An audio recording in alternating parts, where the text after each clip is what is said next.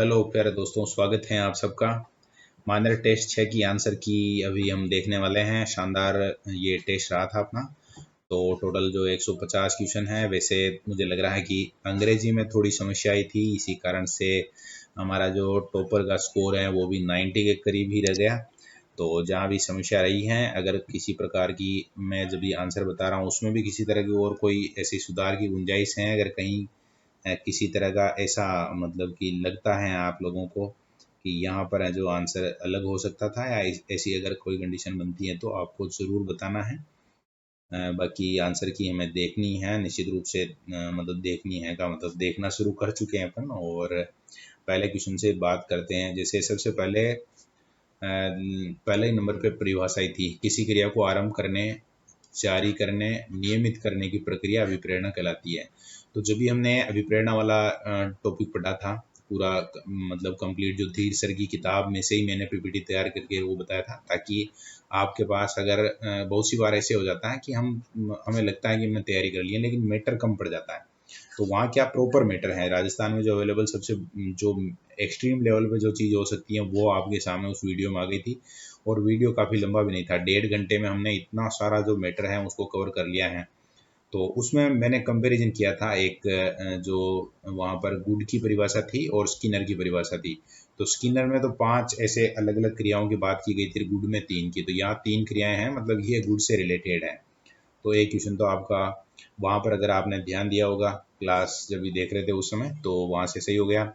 अभिप्रेरणा संबंधित सही क्रम इंगित, वैसे यहाँ जो ये योजक चिन्ह है वो यहाँ लगना चाहिए था बीच में, लेकिन बहुत सी बार ये टाइपिंग में न जाने क्या समस्या आ जाती है। तो यहाँ पर भी ये टाइपिंग मिस्टेक ही थी।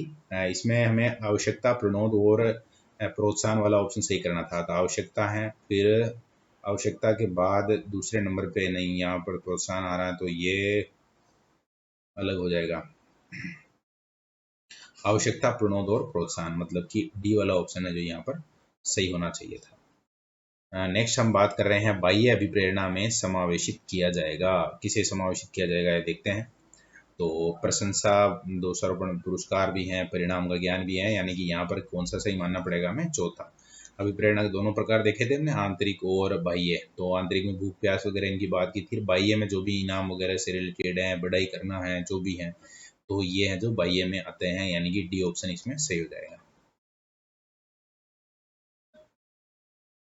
तीसरा क्वेश्चन, चौथा क्वेश्चन है, निम्न से कौन सी विशेषता आंतरिक रूप से विपरीत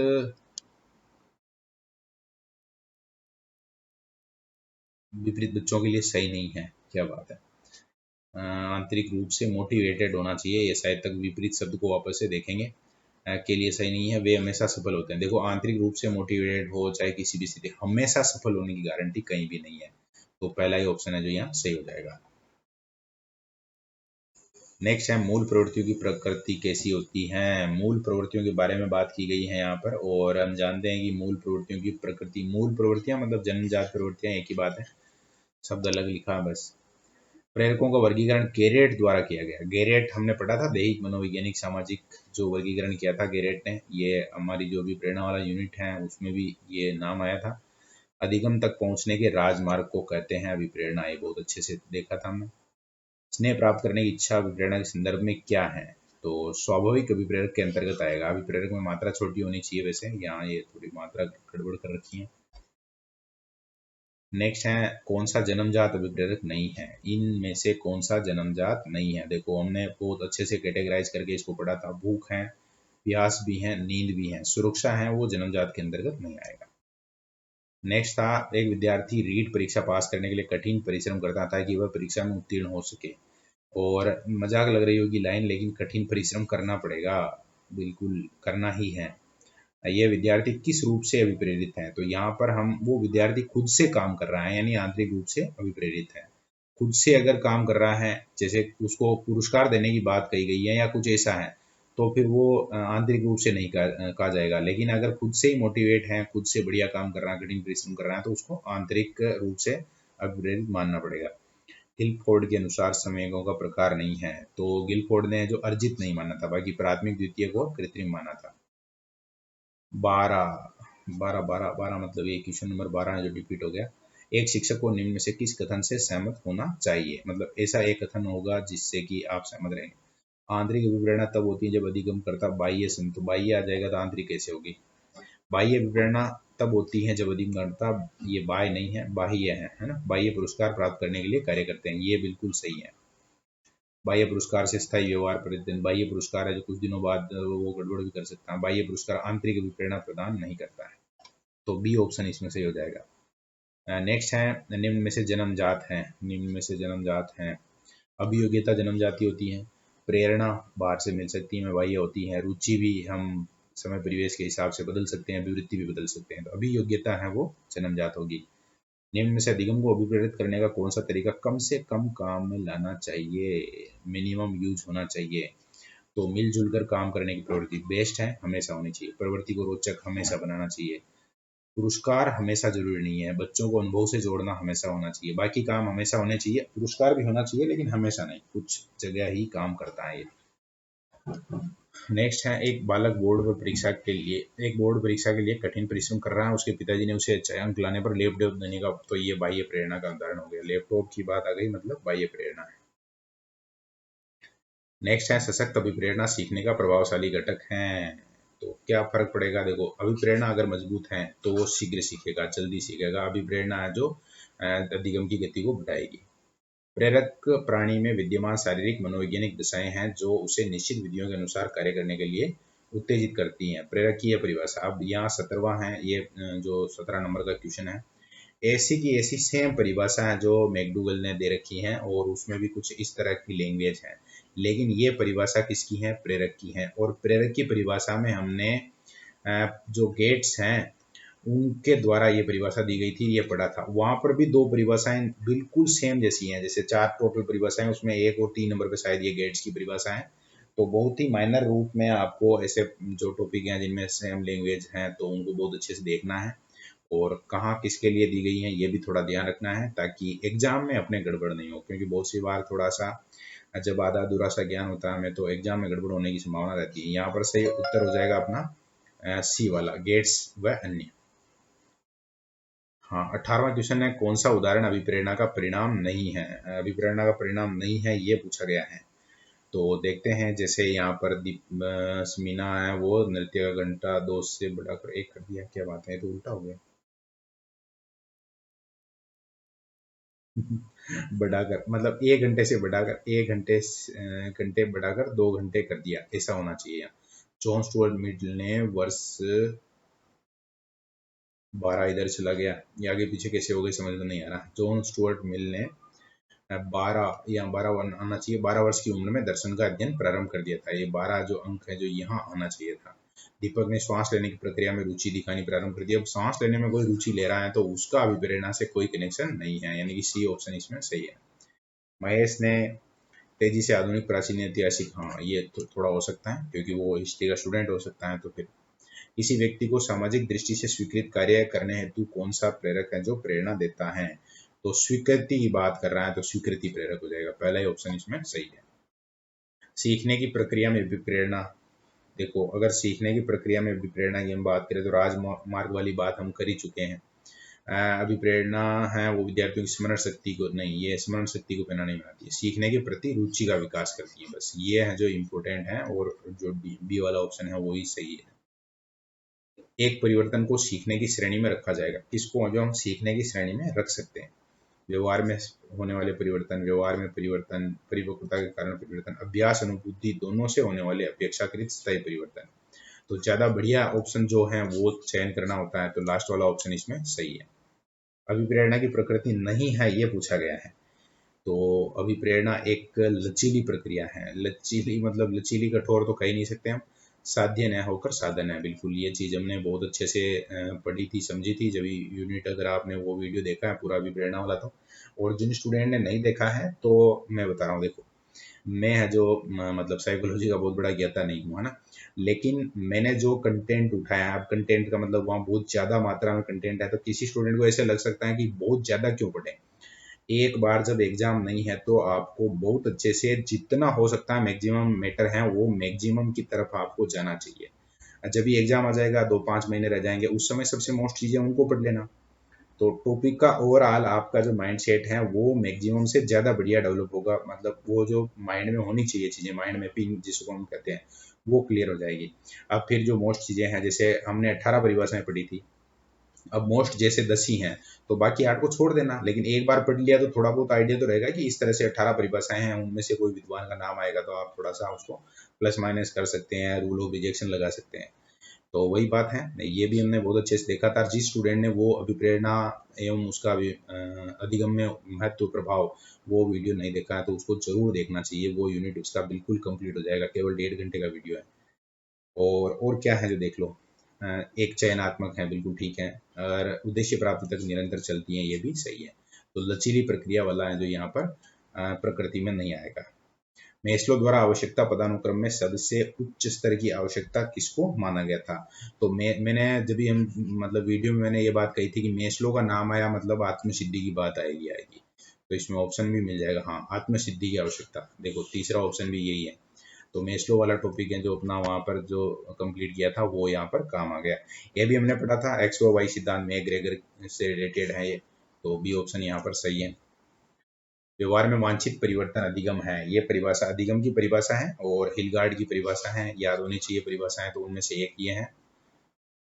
सीमा विधि, थकान विधि, परस्पर विरोधी उद्दीपन विधि आदि किस सिद्धांत के उपभाग हैं? समीपता सिद्धांत के, है ना, समीपता अनुबंधन सिद्धांत के उपनाम है। उपनाम भी हमें पता होना चाहिए, एग्जाम में ऐसे पूछे जा सकते हैं। अभिप्रेरणा वह शारीरिक और मनोवैज्ञानिक दशा है जो किसी कार्य को करने के लिए प्रेरित करती है। अब ये विलियम मैकडूगल की परिभाषा है, अभिप्रेरणा की परिभाषा है, हमने पढ़ा था, ये भी बहुत अच्छे से पढ़ रखी है।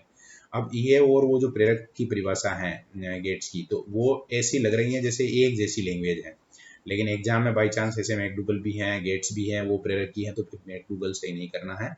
वहाँ जो विद्वान, वो परिभाषा देने वाले विद्वान हैं, वही आपको सही करना है।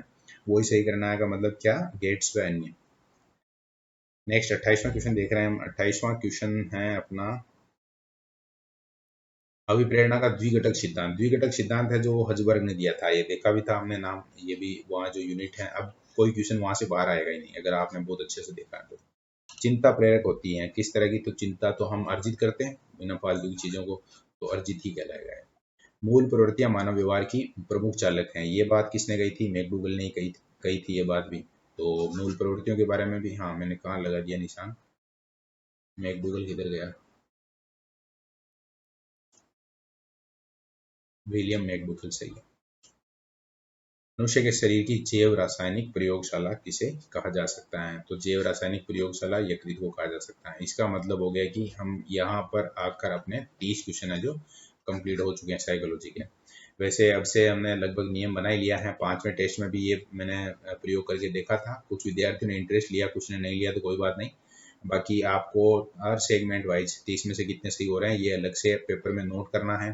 पेपर जब भी हल कर रहे हैं तो पहले ये पता होना चाहिए कि ये आपने मार्क किया था, और फिर जो सही हुआ है वो कौन सा क्वेश्चन आपका गलत हुआ है, कौन सा सही है, निशान लगा हुआ होना चाहिए। और पेपर है जो कल ही आपको क्लास में वापस जमा करवाना है। अगर सामने से सर नहीं मांगते हैं तो आपको दे देना है कि ये पेपर है जो उन सर तक पहुंचा हो। तो अपना इन्वायरमेंट वाले में थोड़ी साइंस थी इसमें, तो इस हिसाब से थोड़ा सा टफ रहा होगा, लेकिन इनको भी कवर करेंगे धीरे धीरे। और एक थोड़ा इसमें बता देता हूँ मैं, इन्वायरमेंट को मजाक में नहीं लेना है, क्योंकि बाद में जब भी हम सब्जेक्ट जैसे मेंस की तैयारी करेंगे, अपन मेंस की तैयारी करेंगे तो वहाँ पर भी तो सब्जेक्ट के चार पांच क्वेश्चन आएंगे ना। 4-5 क्वेश्चन है जो ऐसे, और 4-5 क्वेश्चन है जो टीचिंग मेथड वगैरह के। तो सब्जेक्ट की तैयारी हो रही है एक तरीके से। अगर साइंस में जैसे ये चीज़ें जो भी अभी इन्वायरमेंट में दे रखी हैं, इनको बहुत बढ़िया तैयार करेंगे तो वो जो 4-5 क्वेश्चन आपके सही होने चाहिए वो सही हो जाएंगे, फिर ऑटोमेटिक वो तैयारी यहाँ से हो जाएगी। क्योंकि साइंस में वही चीज़ें आती हैं जो भी इन्वायरमेंट में जो दे रखी है वो की हुई। तो एक तरीके से सब्जेक्ट की मेंस की तैयारी यहाँ हो रही है अपनी।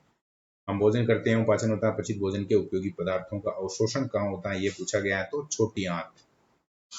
यहाँ पर सी वाला ऑप्शन सही है। संक्रमण के दौरान किसकी वृद्धि हो जाती है? तो WBC की होती है, और WBC को जो ल्यूकोसाइट भी कहा जाता है। तो ल्यूकोसाइट, या फिर जिनके कंफ्यूजन था तो WBC आता नाम तो भी समझ जाते हैं उसे। नेक्स्ट है लाल रक्त कणिकाएं शरीर में ऑक्सीजन का संवहन, वयस्कों में इसका निर्माण। लाल रक्त कणिकाएं कहाँ बनती है? अस्थि मज्जा, पढ़ाई है सब में। बी वाला ऑप्शन सही है। कौन सी ग्रंथि मानव शरीर की एक अंतःस्रावी ग्रंथि के रूप में जानी जा सकती है? तो पीयूष ग्रंथि, मास्टर जो भी नाम था पहले। अब तो बदल गया। निम्न में से कौन सी संरचना मस्तिष्क का भाग नहीं है, मतलब मस्तिष्क में शामिल नहीं है वो? तो यहाँ पर देखो, फोरामेन मोनरो है, वेंट्रिकल है, पोन्स बरोली है, ट्रेबेक्युले कॉर्न है जो नहीं है। तो ये थोड़े टफ शब्द थे, लेकिन मस्तिष्क का जब संरचना वाला टॉपिक है पढ़ेंगे पूरा का पूरा, तो उसमें ये चीजें पढ़ेंगे आप। ये है जो उसी का भाग है। और ट्रेबेक्युले कॉर्न है जो नहीं है। शीर्ष ग्रंथि द्वारा स्रावित होता है, शीर्ष ग्रंथि के बारे में पूछा गया है। और देखो, शीर्ष ग्रंथि में थायरोक्सिन है, ग्लूकेजन है और इंसुलिन है। मेलाटोनिन है वो इसके अंतर्गत नहीं आएगा। मानव की आहार नाल के विभिन्न भागों में सही क्रम का चयन करना है, मतलब जो पाचन तंत्र है, आहार नाल है, उससे रिलेटेड ये प्रश्न है। सबसे पहले जैसे हो गया मुख, उसके बाद ग्रासिका है, आमाशय है, छोटी आंत, फिर बड़ी आंत। तो बी वाला ऑप्शन है जो सही है। नेक्स्ट है विटामिन ऐसे पदार्थ हैं, विटामिन से क्या फायदा है क्या नुकसान है ये देखते हैं हम।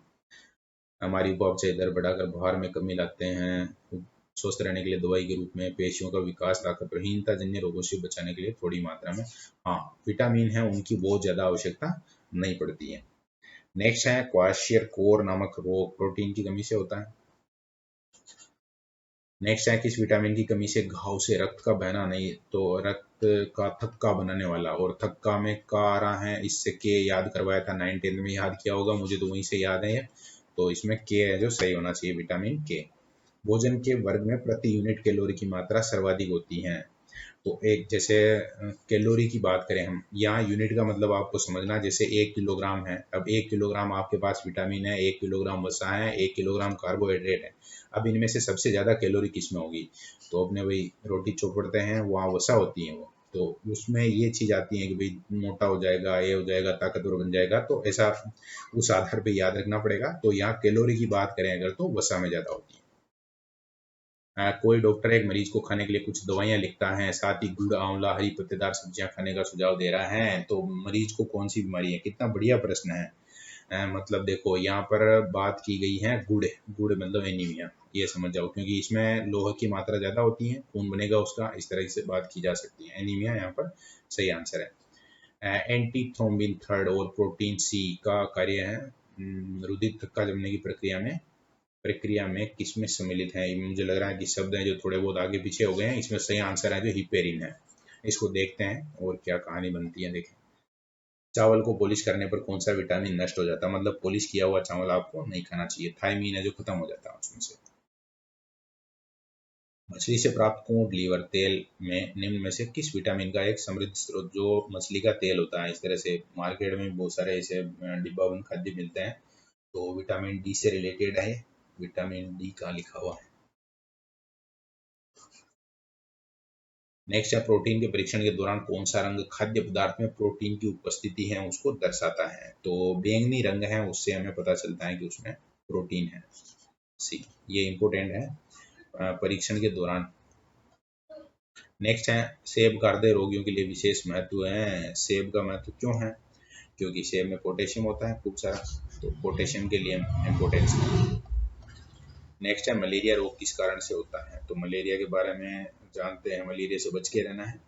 और मलेरिया में प्लाज्मोडियम जो है वो कारण बनता है, तो बी वाला ऑप्शन इसमें सही है। संक्रामक रोग नहीं है, तो डेंगू। डेंगू बिल्कुल एक मच्छर एक व्यक्ति को काट के दूसरे को काट ले तो हो सकता है, मलेरिया हो सकता है, पोलियो भी संक्रामक है। टिटनेस है जो संक्रामक नहीं है। नेक्स्ट है चूहों के द्वारा, प्लेग फैलता है चूहों के द्वारा, और बहुत सी जगह है जो हमने महामारियां वगैरह भी पढ़ी है, तो वो चूहों के द्वारा ही फैलाया गया रोग था।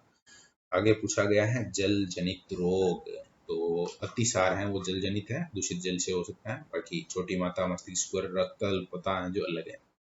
डेंगू रोग का वाहक कौन सा है? एडीज मच्छर होता है, वो मादा एनाफिलीज अलग है। ये है एडीज मच्छर जो डेंगू से रिलेटेड है, ये ध्यान रखना। ये है जो मलेरिया से रिलेटेड है। जो व्यक्ति एस्कर्बिक अम्ल वाला अधिक आहार लेते हैं कौन सा रोग नहीं होगा? एक एस्कर्बिक अम्ल अगर है बॉडी में तो उससे कौन सी बीमारी नहीं होगी? तो एस्कर्बिक में शब्द थोड़ा बहुत मिलता जुलता है, स्कर्बी। नेक्स्ट है मानव शरीर की सबसे छोटी ग्रंथि के बारे में पूछा गया है। पीयूष ग्रंथि है वो सबसे छोटी ग्रंथि है। हृदय में थेबेसियन वोल्व कहाँ पाया जाता है? दाएं आलिंद में पाया जाता है, तो पहला ही ऑप्शन सही है। नेक्स्ट है शरीर में अम्ल क्षार का संतुलन, अम्ल और क्षार का संतुलन है जो कौन बनाते हैं, तो अम्ल की बात कही गई है मतलब कि गुर्दों के द्वारा। नेक्स्ट है अनैच्छिक क्रियाएं जैसे रक्तचाप, लार का स्रवण, उल्टी आदि का नियंत्रण किसके द्वारा होता है। अनैच्छिक क्रियाएं हैं वो किसके कंट्रोल में होती है, तो मेडुला ओब्लोंगेटा के अंतर्गत होती हैं, तो यहाँ पर सी ऑप्शन सही हो जाएगा। मानव मस्तिष्क का कौन सा भाग जिसमें विचारों का संग्रह होता है, विचारों के संग्रह के बारे में जो अग्र मस्तिष्क है जो मुख्य भूमिका निभाता है, तो यहाँ पर सही उत्तर हो जाएगा अपना बी वाला ऑप्शन। कौन सी ग्रंथि व्यक्तित्व विकास को प्रभावित नहीं करती है, बहुत सी बार हम जब भी प्रश्न पढ़ते हैं तो थोड़ा सा लास्ट के पिछले शब्दों पर हमें ध्यान देना होता है, ध्यान देना ही है। पिट्यूटरी, एड्रिनल और थायराइड ये तीनों ग्रंथियां व्यक्तित्व में इंपॉर्टेंट रोल निभाती हैं। पीनियल ग्रंथि है उसका कनेक्शन है जो सीधा सीधा व्यक्तित्व विकास से नहीं है। और 61 से लेकर 90 तक के जो क्वेश्चन हैं वो काफ़ी मुझे लगता है कि यहाँ पर गलतियाँ हुई होगी, लेकिन जब मैंने ये टॉपिक अपना जो टीचिंग मेथड है या प्रिंसिपल्स वगैरह हैं इनको देखा तो ये बहुत ईजी है। एक बार अगर थोड़ा सा ठीक ठाक लेवल पर शब्दों को अगर कोई स्टूडेंट देख लेता है तो अंग्रेजी में उसके टीचिंग मेथड वगैरह से ये प्रिंसिपल से रिलेटेड समस्या नहीं आनी है। देख लेते हैं प्रिंसिपल क्या है, ये क्या है, देखो उनसे रिलेटेड ही है। 24 क्वेश्चन तो दो ही मेथड वगैरह और प्रिंसिपल से रिलेटेड ही है। While teaching language to class 5th, Mr. Jard relates the text to child's background, customs, custom मतलब परिधान वगैरह, traditions, which principle of language teaching is Mr. Jard applying, मतलब वो उसके बैकग्राउंड की बात कर रहे हैं, परिधान की बात कर रहे हैं, उसके जो तौर तरीके परंपराएं हैं उनके बारे में बात कर रहे हैं, तो इसका मतलब वो उसके ज्ञान को क्या कर रहे हैं, जोड़ रहे हैं उसकी किससे, जिंदगी से। तो लिंकिंग विथ लाइफ वाला नियम है जो यहाँ सही हो जाएगा, डी ऑप्शन। नेक्स्ट है which one of the following are not the principle of task based language teaching, task based के अंतर्गत कौन सा नहीं आएगा, तो देखो स्केप फोल्डिंग तो आता है, साइकोलॉजी में पढ़ा आपने। एक्टिव लर्निंग भी टास्क बेस्ड में आता है, वैसे आपने कोई टारगेट दे दिया और वो पूरा करना, वो टास्क बेस्ड में आ गया। रिप्रोडक्शन टू क्रिएशन ये भी है बिल्कुल। रिफ्लेक्शन ऑन ट्रांसलेशन ये है जो रिफ्लेक्शन ऑन ट्रांसलेशन, अब ट्रांसलेशन में रिफ्लेक्शन है तो वो है जो कहीं भी किसी भी प्रकार से टास्क बेस्ड नहीं कहा जा सकता, तो डी है जो यहाँ पर सही है।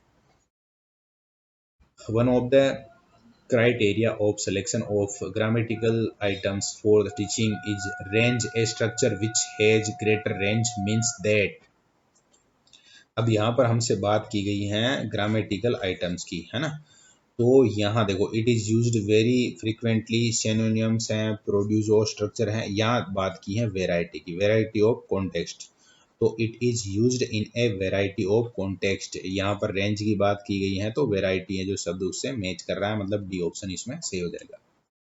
नेक्स्ट 64 है, 64 में पूछा गया है while learning a foreign language mother tongue influence can be effectively minimised by which principle of second language teaching, तो सेकंड लैंग्वेज के बारे में बात की गई है, फॉरेन लैंग्वेज जो सिखा रहे हैं उसी समय मदर टंग है वो इन्फ्लुएंस कर रही है उसको, और कहीं ना कहीं उसको हम ड्रिल एंड प्रैक्टिस कह सकते हैं, क्योंकि वहाँ पर प्रैक्टिस इंपॉर्टेंट रोल निभाती है, क्योंकि फॉरेन लैंग्वेज है तो क्योंकि कोई भी विद्यार्थी है उसकी बेसिक भी नहीं जानता है तो सारी चीज़ें उसको सिखानी है, तो फिर ड्रिल एंड प्रैक्टिस जो प्रिंसिपल है वो लागू हो जाएगा वहाँ।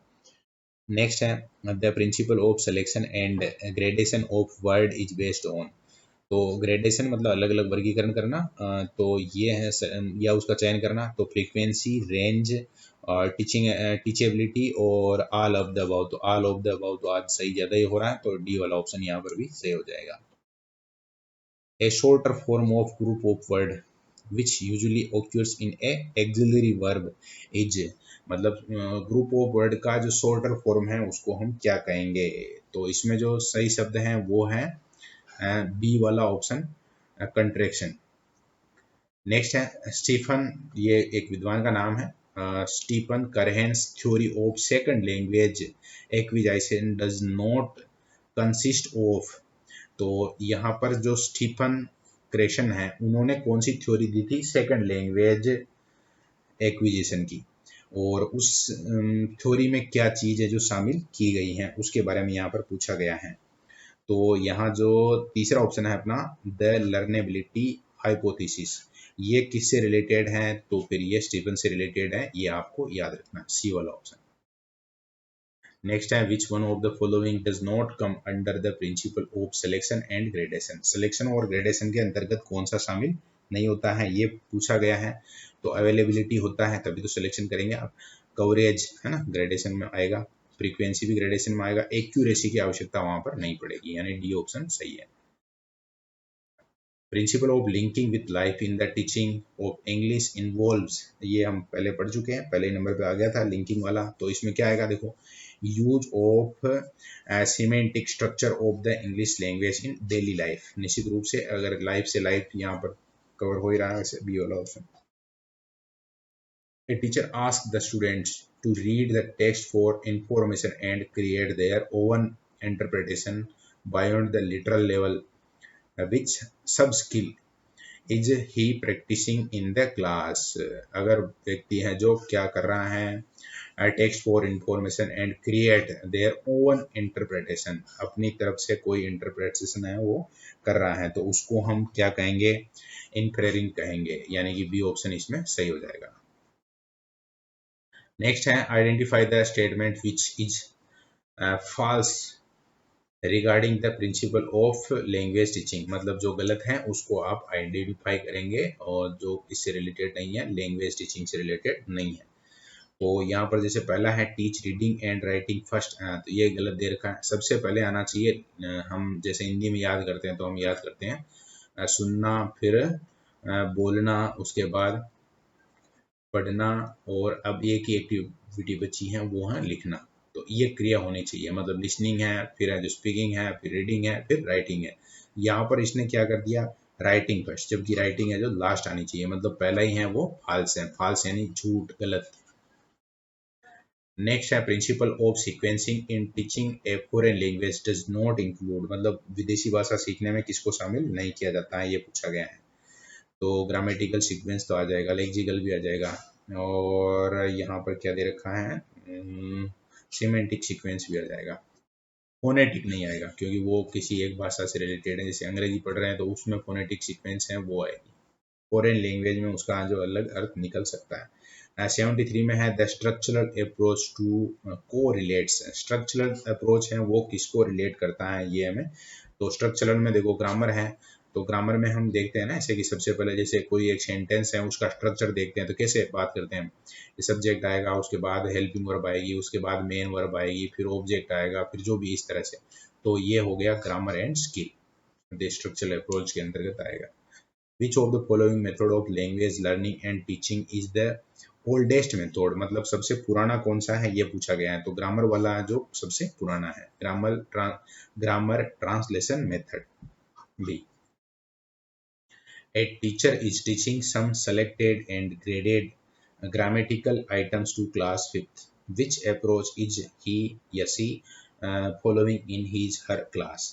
तो बात की इसके बारे में की जा रही है, सेलेक्टेड ग्रेडेड ग्रामेटिकल आइटम्स की बात की जा रही है, और वो क्या कर रहा है, तो देखो सेलेक्टेड है, ग्रेडेड है, इसका मतलब उसने एक स्ट्रक्चर बना रखा है, उसके आधार पे वो काम कर रहा है, स्ट्रक्चरल अप्रोच उसको हम कहेंगे। नेक्स्ट क्वेश्चन है in a classroom a teacher for introducing verbs given in commands to learner to follow physically, wash your hand, wash your face, wash your hair. तो यहाँ पर कुछ शब्द हैं जो सेम ही आ रहे हैं, आगे फिजिकली वो अगर बात कर रहा है यहाँ पर, तो फिर वो है जो आना चाहिए फिजिकल रेस्पॉन्स के अंतर्गत, टोटल फिजिकल रेस्पॉन्स, यानी कि डी ऑप्शन इसमें सही हो जाएगा।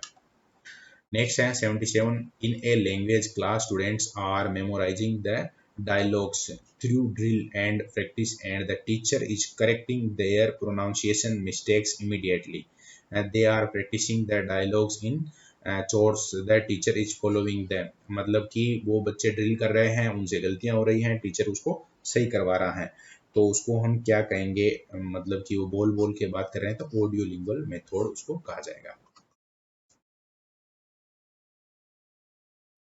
हाँ, यहाँ पर ये शब्द है जो बताएगा ऑडियो लिंगुअल को। नेक्स्ट है 78 नंबर जो क्वेश्चन है उसमें पूछा गया है which method is also known as the natural method of teaching English as a second language. हाँ, natural method of teaching English, किसको मान सकते हैं, तो यहाँ जो डायरेक्ट मेथड है उसी का एक उपनाम है जो क्या है, नेचुरल मेथड है। आपको याद रखना है, ये इम्पोर्टेंट हो सकता है। डायरेक्ट मेथड ही नेचुरल मेथड के अंतर्गत आता है या उसी का उपनाम है। आगे है beginning by giving the rule first through in isolated illustration and then drilling the rule through practice is the A। तो या merit of grammar in context दे रखा है सबसे पहले नंबर पे, और उसके बाद दे रखा है लिमिटेशन दे रखा है, फिर merit of deductive approach. Merit of deductive approach है वो किससे रिलेटेड है, isolated illustration and the drilling the rule through practice. तो प्रैक्टिस के साथ साथ जो उसकी ड्रिल चल रही है, इसका मतलब हो गया merit of deductive approach. Which approach makes us of carefully selected and graded items. कौन सी अप्रोच के अंतर्गत है जो हम ध्यान पूर्वक है जो सेलेक्ट करेंगे, ग्रेड मतलब ग्रेडिंग देंगे उसको, तो वो आ जाएगा अपना स्ट्रक्चरल अप्रोच। नेक्स्ट 81 है, a teacher writes certain words clearly on the black board and students note them down in their notebook. मतलब सर लिख रहे हैं, बच्चे नोट कर रहे हैं। Which one of the following is best suitable to describe this strategy of teaching spelling. ये जो चीज है वो किसके अंतर्गत शामिल होगी, तो एक तरीके से वो ट्रांसक्रिप्शन कहलाएगी। तो यहाँ पर है ट्रांसक्रिप्शन मेथड।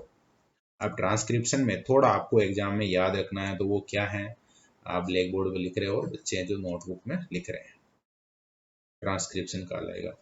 द कम्युनिकेटिव, और ये जो मेथड है थोड़ी मुझे बात करनी चाहिए, आज के ज़माने में इतना ज़्यादा महत्वपूर्ण नहीं रह गया है, क्योंकि बहुत सारी चीज़ें हैं जो हमारे पास जैसे अवेलेबल हैं, तो हम घर पे भी लिख सकते हैं। क्लासरूम में जो खास तौर से हैं जो इंट्रक्शन के लिए होना चाहिए, या फिर कोई समस्या है हमें समझ में नहीं आ रही तो बातचीत करने के लिए होना चाहिए, या रिवीजन करने के लिए हो सकती है। 82 में देखिए, the communicative language teaching method is in English lays stress on giving opportunities to learner to participate in a purposeful talk in the classroom as it promotes.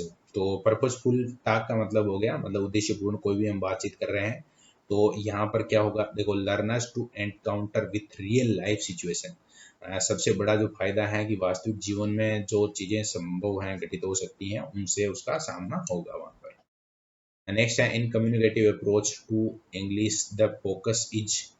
तो कम्युनिकेटिव में हो जाएगा, जैसे कम्युनिकेशन कर रहे हैं आप, तो कम्युनिकेशन में कहीं ना कहीं आपका मैसेज है वो पहले नंबर पे आएगा।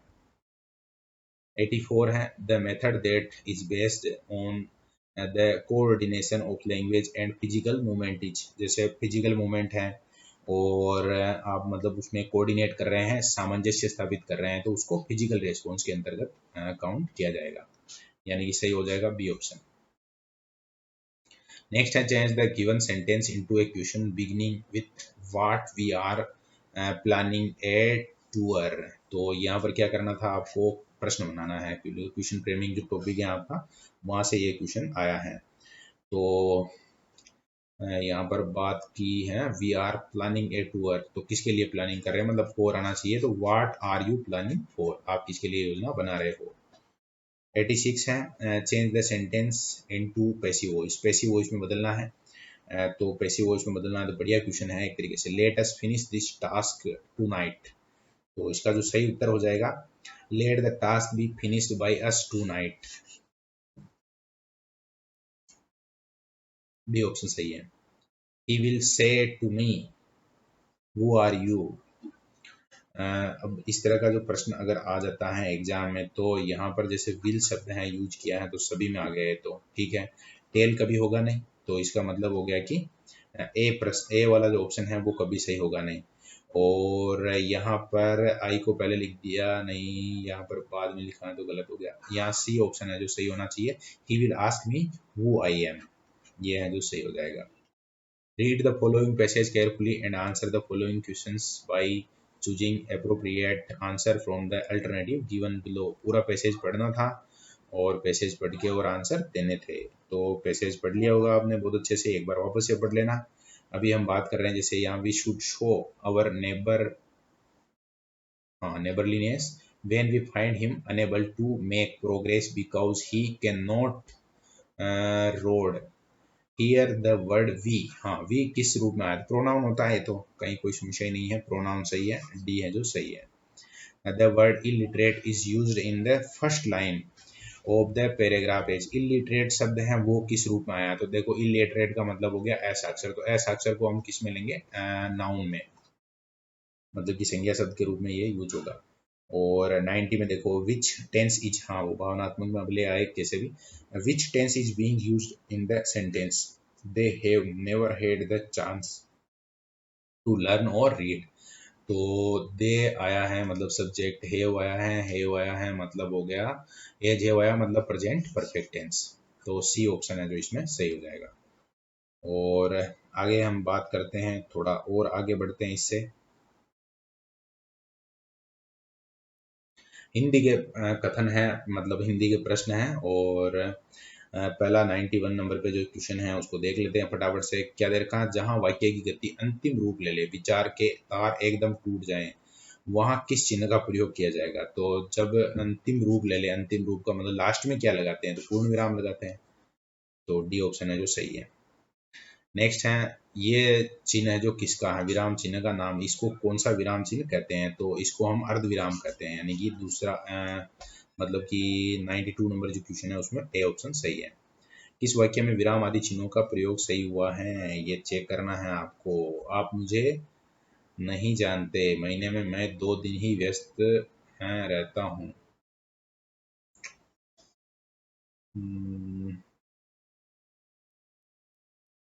हाँ तो यहाँ पर ये है एक्स्ट्रा आ गया है, लेकिन आप मुझे नहीं जानते, ये है जो विस्मयादि बोधक है, ये यहाँ सही आएगा।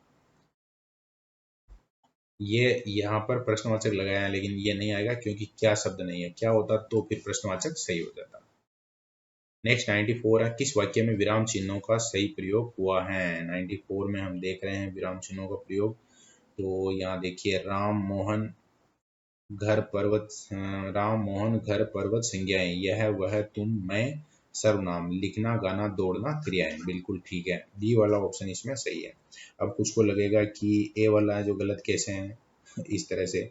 तो यहाँ पर मैं सर्वनाम लिखा हुआ है, यहाँ पर ये अर्धविराम नहीं आना चाहिए था, यहाँ मैं के साथ आया, इसका मतलब ये सही है। लास्ट ही लास्ट जब लिखते हैं ना तो उसके साथ यहाँ कोमा वगैरह कुछ नहीं आएगा। और 95 में देखिए, कोष्टक में निर्धारित चिन्ह इसको इंकित करते हैं, तो ये है जो अपने इसको क्या बोलते हैं? उद्धरण चिन्ह बोलते हैं। इस तरह से लगा के अगर कुछ किसी किताब में से कुछ भी लिख दिया, उसको वापस इस तरह से बंद कर दिया, तो उद्धरण चिन्ह उसको कहा जाता है, इन्वर्टेड कोमा। राम और श्याम घनिष्ठ मित्र हैं, अव्यय का प्रकार कौन सा है? तो यहाँ तो समुच्चय बोधक है ना, और आया और मतलब वो ग्रुप को बता रहा है, समुच्चय को बता रहा है, तो बी सही हो जाएगा। राजू धीरे धीरे चलता है, वाक्य में अव्यय है, तो राजू धीरे धीरे क्यों चलता है? तो धीरे धीरे क्यों चलता है उसका कारण तो उससे जानते हैं, लेकिन अव्यय पूछा है तो यहाँ पर अव्यय आ जाएगा धीरे धीरे, यानी कि बी ऑप्शन सही है। विकारी शब्द किसको मान सकते हैं आप? तो और नहीं बदलेगा, प्रतिदिन नहीं बदलेगा, के कारण ये तीनों नहीं बदलेंगे तो ये अविकारी हो गए, गाय गाय हो सकता है, तो फिर ये विकारी मान जाएगा। नेक्स्ट है, कौन से शब्द विकारी नहीं होते हैं? कौन से शब्दों को हम विकारी नहीं मान सकते? तो क्रिया है वो विकारी नहीं होते, बिल्कुल ठीक है। क्रिया विशेषण विकारी हो सकते हैं, सर्वनाम विशेषण ये हो सकते हैं, ठीक है। आगे है, विकास की पुस्तक वहां पड़ी है, वाक्य में कारक कौन सा है? तो विकास की मतलब संबंध, राजा सेवक को धन देता है, तो सेवक को धन देता है मतलब संप्रदान होता है, वैसे राजा सेवक को धन देता है संप्रदान कारक में आएगा, मतलब सेवक के लिए धन देता हूँ, वो उसके लिए यूज के लिए आएगा वो तो। आगे क्या बात है, रीना पूजा से जलती है, वाक्य में कौन सा कारक है ये पूछा गया है? तो अपादान से, बस यहाँ पर जलती हैं का मतलब वो अलग अलग ही है, तो यहाँ आ जाएगा अपादान कारक, मतलब पहला ही ऑप्शन है जो सही हो जाएगा। राम दूध पीता है, वाक्य में कौन सा कारक है?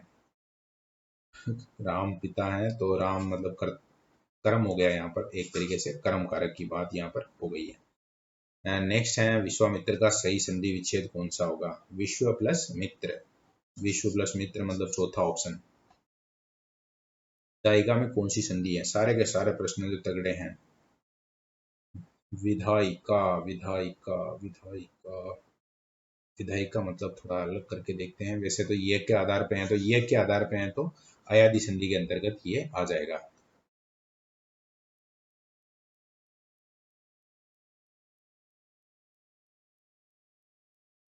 हाँ, इस तरह से। नेक्स्ट है, इनमें से किस क्रम में मुहावरा नहीं है? तो एक होगा जो मुहावरा नहीं होगा, बाकी मुहावरे होंगे। चारों को देखते हैं। आंख का तारा बिल्कुल मुहावरा है, आंखों में खटकना है, धूल झोंकना भी है, तो ये है जो लोकोक्ति है। 107 क्वेश्चन देखिए। 107 में है द्रौपदी का चीर होना, मतलब समाप्ति न होना। ये तो कहानी सुनी हुई है सबकी। डेढ़ चावल की खिचड़ी पकाना मतलब अपना मत अलग रखना। कुछ होते हैं ऐसे डेढ़ होशियार जो जो मेन स्ट्रीम होती है उससे अलग कुछ करना पड़े चाहते हैं, तो वो फिर उसको डेढ़ चावल की खिचड़ी कहा जा सकता है। मुहावरे के गलत प्रयोग से कौन सा वाक्य शुद्ध नहीं है, मतलब गलत यूज किया गया है मुहावरे का, तो देख लेते हैं। आजकल भ्रष्टाचार का बाजार गर्म, ये तो ठीक है। प्रधानमंत्री देश का धुआंधार धुआंधार नहीं होता।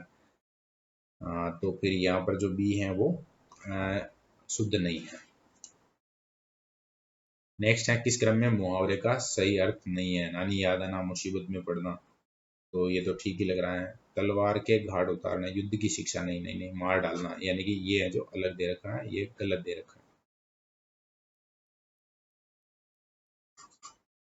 बी ऑप्शन सही हो जाएगा 110 में।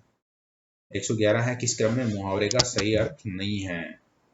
तो कौन सा है जो मुहावरे के अंतर्गत सही अर्थ में नहीं है, ये हम चेक कर रहे हैं। देखो, थैली खोलना, खूब खर्च करना, ठीक है। पेट पालना, मुश्किल से दिन, मुश्किल नहीं आएगा इसमें, तो बी है जो सही है। शोर करना, घर सिर पर उठाना, सही है। काम में हाथ डालना, काम शुरू करना, बिल्कुल ठीक है। नेक्स्ट है, किस क्रम में मुहावरे का सही अर्थ नहीं है, मतलब अर्थ है जो सही नहीं दे रखा है, ये देखना था हमें। तो सब्ज बाग दिखाना, लालच देकर धोखा देना, ये तो ठीक है। हाथ पर हाथ धरकर बेकार होना, ठीक है। और और क्या दे रखा है? बाल की खाल निकालना, नुक्ताचीनी, ठीक है। दिल छोटा करना, ये अलग है। वो तो मतलब घबरा जाना या दुखी होना, वो दिल छोटा करना। कुछ न कुछ बुराई सब जगह होती है, अर्थ वाली लोकोक्ति कौन सी है, ये पूछा गया है 113 नंबर में। हाँ, काबुल में क्या गधे नहीं होते, मतलब थोड़ी बहुत समस्याएं जो सब जगह होती हैं, तो यहाँ पर सही हो जाएगा ए वाला ऑप्शन ही।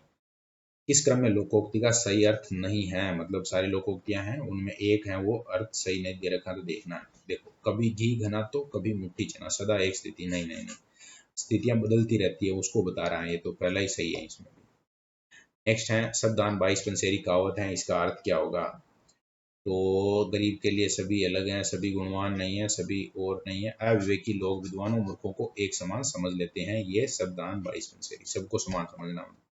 पानी पीकर जात पूछना, मतलब आप सब कुछ जानने के बाद जिज्ञासा करना, मतलब अब पानी पी लिया है तो उसके बाद तो बात करने का मतलब ही नहीं है ना।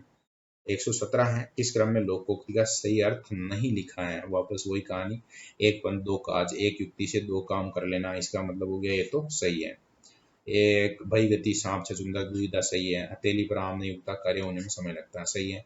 रोग का अगर खांसी, झगड़े का अगर हाँसी, दुख में और नहीं नहीं नहीं, ये है जो अर्थ सही नहीं है।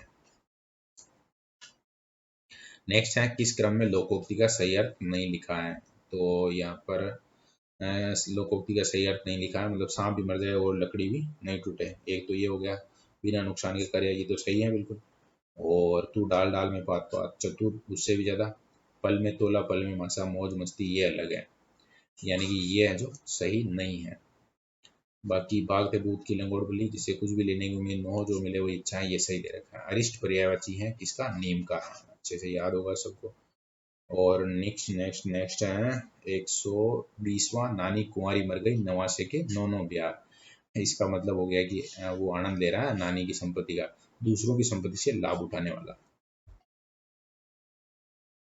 अब है मैथमेटिक्स के क्वेश्चन, जहाँ पर थोड़ी सी क्योंकि व्याख्या की संभावना है जो नहीं है, यहाँ पर बहुत ज़्यादा टाइम भी उसमें लगता है, एक बात तो ये भी है। और साथ ही साथ एक बात और है कि आपको ये चीज़ें जो क्लास में हल करवा दी जाएगी, तो फिर यहाँ वीडियो में व्याख्या की आवश्यकता नहीं है। वैसे पूरी मैं क्लास ही रिकॉर्ड नहीं करता, लेकिन क्योंकि मैं क्लास में नहीं आ रहा हूँ, तो फिर थोड़ा सा एक तरीके से वापस से रिव्यू होना बहुत ज़रूरी है प्रश्नों का। तो 121, वैसे सब क्वेश्चन हल कर रखे हैं, मैं सीधे आंसर बता रहा हूँ। 121 में जो ए सही है, 12 आएगा यहाँ पर। बहिष्कोण एक अंतःकोण का अनुपात 1:5, तो भुजाओं की संख्या कितनी होगी, तो इसका आपको फॉर्मूला बता रखा होगा, 12 यहाँ पर सही आएगा। नेक्स्ट है, दिए गए चित्रों में रेखाएं ए बी सी डी बिंदु ओ पर, मैं प्रश्न नहीं पढ़ रहा हूँ, मैं सीधे आंसर ही बता देता हूँ। यहाँ पर है जो बी सही है, 65 सही आएगा। कौन सा कथन सत्य है, 123, इसमें वर्ग एक विशेष प्रकार का आयत होता है, बिल्कुल सही है, ये सत्य है, 123 में ए सही है। और यहाँ पर सर्वांग क्षमता का कौन सा प्रतिबंध है जो लागू होता है, कौन सा नियम लागू होता है, इस तरह का प्रश्न पूछा गया है। इसमें ए नियम लागू होगा, एंगल साइड एंगल है ना, तो एंगल हो गया, एंगल एंगल, और ये साइड साइड मतलब भुजा कह लो जो भी। नेक्स्ट 125 है, इसमें एबीसी में जो भी है कुल मिला के दे रखा है, और इसमें 125 में मान आएगा आपका, आएगा 80 डिग्री, 3 कोण ए, 4 कोण बी, 6 कोण सी। तो कोण ए का मान पूछा गया है और वो आएगा 80।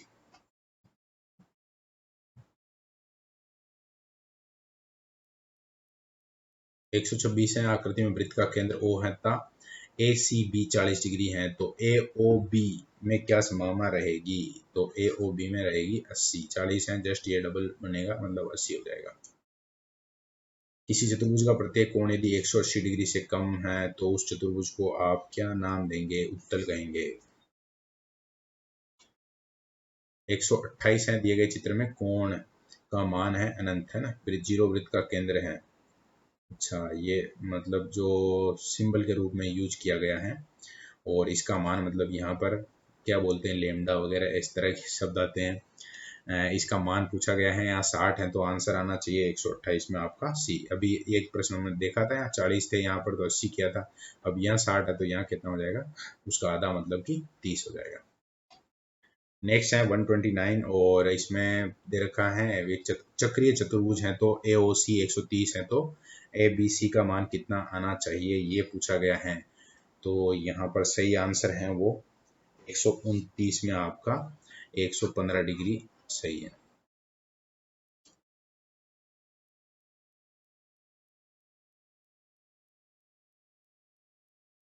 नेक्स्ट है, दो आसन्न संपूरक कोणों के अर्धकों के मध्य कोण कितने डिग्री का होता है, अर्धकों के मध्य है जो 25 डिग्री का होगा।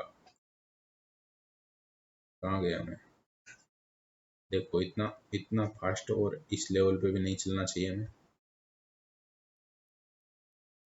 समकोण, अर्धकों के मध्य है जो समकोण बनेगा, क्योंकि संपूरक कोण है, संपूरक कोण है मतलब 180 है, तो यहाँ पर ये समकोण, ये भी समकोण, यानी सी ऑप्शन है जो सही हो जाएगा। और 131 है, उसमें पूछा गया है A B C 65, A C B 35, तब बी डी सी कितना होगा, तो वो होगा आपका 80 डिग्री।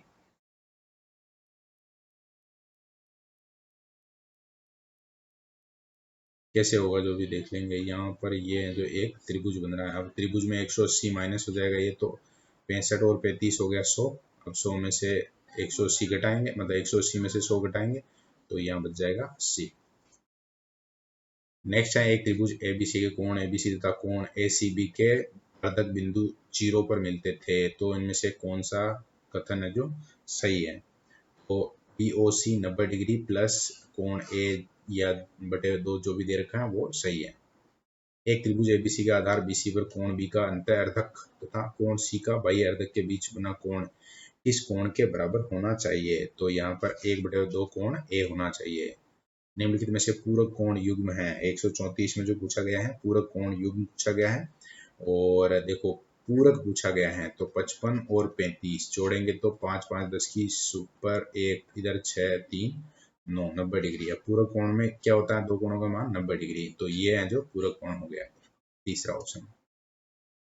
समपूरक मतलब 180 होना चाहिए दो का मान, है ना, वैसे आती है ये चीजें। 135 नंबर देख रहे हैं, 135 में है अष्टभुज में, कुल अष्टभुज में जो हमेशा ही जानते हैं बहुत अच्छी तरह से कि 20 विकर्ण होते हैं, मैंने जो 18 पे लगा दिया निशान, 20 होते हैं, और याद रखना है, इसे अष्टभुज पूछा गया है तो 20 अन्य। और अगर कोई स्टूडेंट है जैसे कि उसको ये याद नहीं है, वो हल करना चाहे, जैसे हल करना चाहे तो वो क्या करेगा, इसमें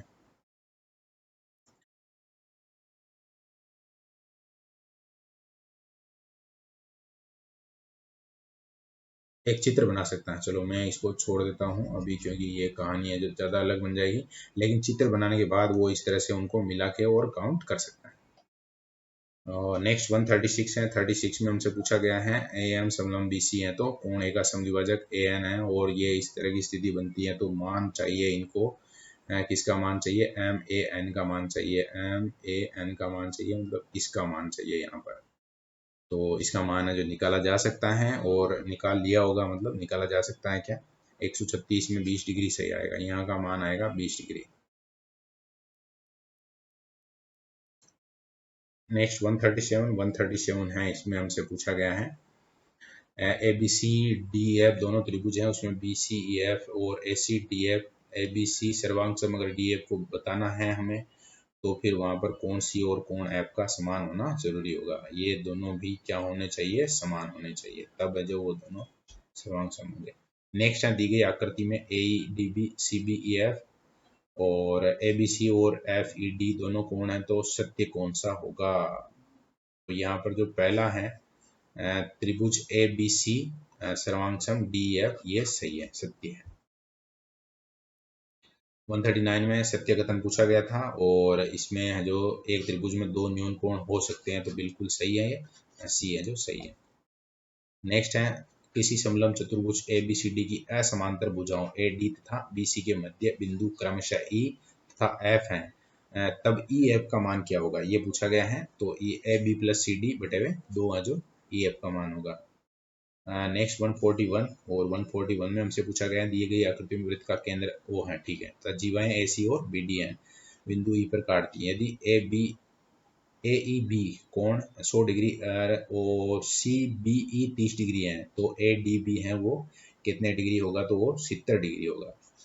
मान निकालेंगे हम, तो किसका मान निकालना था, ए डी बी का, ए हो गया यहाँ पर, ये हो गया डी और ये बी, इसका मान हमें ज्ञात करना। नेक्स्ट है ओ वृत्त का केंद्र है, O A B 30 degree, O C B 50 degree, A O C कितने डिग्री होगा। तो यहाँ जो सही आंसर आना चाहिए वो आना चाहिए 40।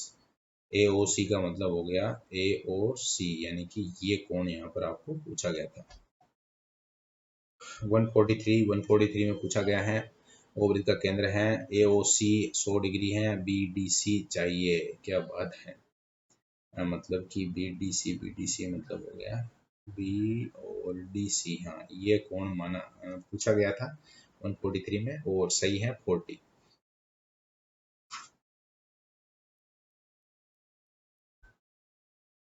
दिए गए चित्र में एबीसीडी एक चतुर्भुज इस प्रकार है कि ए बी तथा सी में से गुजरने वाले वृत्त का केंद्र डी है, ए बी का केंद्र ई तक बढ़ाया गया है। यदि ए डी सी 130 डिग्री है, तो सी बी ई है जो कितना रहेगा, 144, तो यहाँ पर 68 रहेगा वो।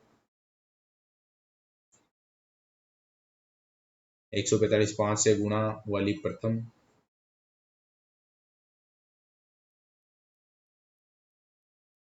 8 संख्याओं का औसत है जो कितना है, ये पूछा गया है, और 22.5 है जो इसमें सही है। नेक्स्ट है वस्तु का 10% लाभ पर 330 रुपए में बेची गई उस वस्तु का क्रय मूल्य।